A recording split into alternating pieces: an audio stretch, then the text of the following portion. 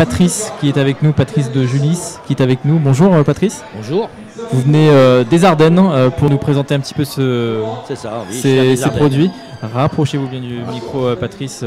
Voilà, alors l'apiculture dans sa globalité c'est quelque chose de passionnant. Il faut être amoureux des abeilles. Est-ce que vous l'êtes? Il faut être passionné déjà. Il y a une vraie passion, ouais. Oui, ben, j'ai ça depuis étant gamin avec mes grands-parents qui avaient déjà des ruches. Ouais. C'est une histoire de famille chez vous? Voilà, c'est ça. Ouais. C'est un héritage?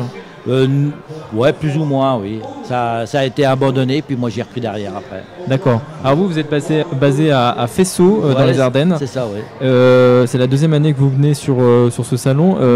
Aujourd'hui, comment vous vous occupez un petit peu de vos petites bébêtes, les abeilles?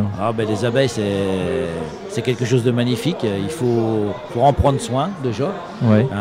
Elles nous le rendent bien déjà. Et puis, suivant les saisons, on est un peu tributaire aussi du temps pour avoir du miel qu'elles nous font. La saison commence à partir du mois de mars jusqu'au mois de fin août, début septembre.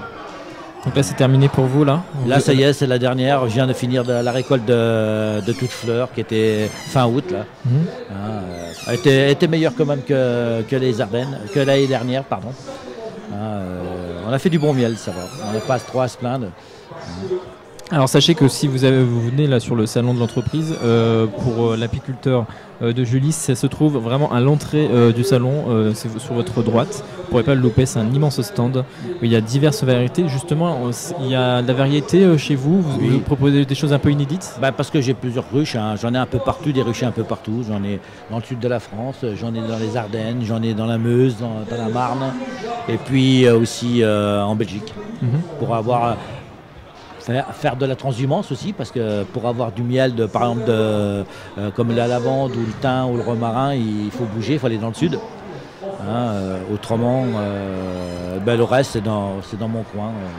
Est-ce que vous proposez justement des rencontres avec des écoles pour apprendre? Je faisais au début, faisais avec des écoles. Alors je remontrais ce que c'était une abeille, comment c'était fait une ruche. Je leur faisais une dégustation de miel, de pain d'épices. Ouais. C'était intéressant quand même. Ouais. C'était intéressant. Mais bon, il y a 2 ans, ils ont voulu arrêter parce qu'il fallait de la sécurité. C'est très, très important parce que les abeilles, des fois, peuvent arriver à piquer. Les enfants peuvent être allergiques et ils veulent plus prendre de risques maintenant. D'accord. C'est dommage parce que c'est justement, on s'en rend pas compte, mais de l'importance qu'elle a dans notre quotidien. Bien sûr, les abeilles polisent pratiquement 80% de la nature. Si demain il n'y a plus d'abeilles, dans les 5 ans qui suivent, on va faire pareil. C'est ça. À moins qu'on mangera du synthétique. C'est peut-être l'avenir. On n'espère pas quand même. Non, j'espère pas, mais...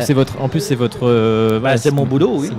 C'est votre boulot, donc ça voudrait dire que vous êtes en difficulté, on ne veut pas que ça soit là. Non, mais comme on est parti, on n'est pas aidé déjà, alors...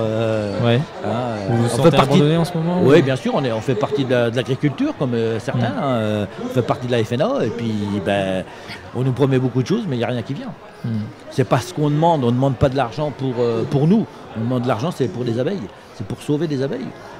Parce que vous êtes obligé de fermer des ruches des fois, vous, ou pas du tout? Disons que je ferme pas des ruches, disons que je n'en refais pas parce que c'est trop de boulot déjà. Et puis ça prend beaucoup de temps. Au total, vous avez combien de ruches? 450. 450, vous imaginez, à travers toute la France. Ouais. C'est un nombre monstrueux que vous avez. Je suis un des petits. Parce que j'en connais beaucoup qu'on en même plus que 1000. Ouais. Non mais c'est quand même, je veux dire, c'est un chiffre important. On a envie quand même, bien sûr. Bien sûr.